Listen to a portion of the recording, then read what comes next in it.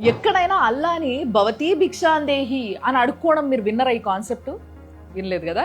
కానీ conversion batch దలుచుకుంటే ఏదైనా వినిపించేస్తారు మనతోని. భవతీ భిక్షాందేహి అని అంటే అమ్మా భిక్షనివ్వు, లేదా తల్లి లేదా శక్తి భిక్షనివ్వు అని అడుక్కోవడం.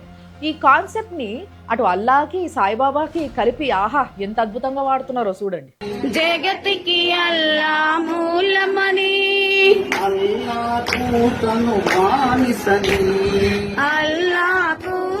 బానిసని, భవతి భిక్షాందేహి, భవతి భిక్షాందేహి.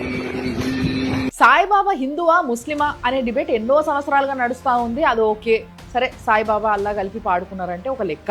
కానీ మధ్యలో భవతి భిక్షాందేహి అని అమ్మవారు ఎందుకు వస్తుంది? భవతి భిక్షాందేహి, భవతి భిక్షాందేహి. ఆంధ్రప్రదేశ్లో ఇటువంటి వింతలు చాలా జరుగుతుంటాయి. వైకుంఠ ఏకాదశి రోజు ద్రాక్షారామంలో శివలింగం పైన దాడి జరుగుతుంది. నంద్యాల వెంకటేశ్వర స్వామి గుళ్ళ ఏకాదశి పూజలప్పుడు నకిలీ వెండి నగలు ప్రత్యక్షమైతాయి. సింహాచలం గుళ్ళనేమో ప్రసాదంలో పురుగులు వస్తాయి. ఇవన్నీ నేను కాదు, స్వయాన మంత్రి గారే చెప్తున్నారు.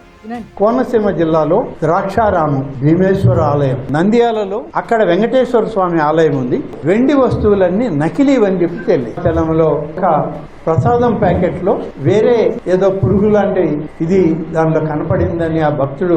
కూటమి సర్కార్ వచ్చిన తర్వాత ధర్మాన్ని రక్షిస్తారు అని అనుకుంటే అసలు ఏమేమో వార్తలు వినిపిస్తున్నాయి. శేషాచలం అడవులలోనేమో రాత్రికి రాత్రి దర్గాలు పుట్టుకొస్తాయి. తిరుమల కొండ పైననేమో టీటీడీ కాంట్రాక్ట్ ఉద్యోగులు మంచిగా అందరి ముందే కూర్చొని నాన్ వెజ్ తింటా ఉంటారు బయట.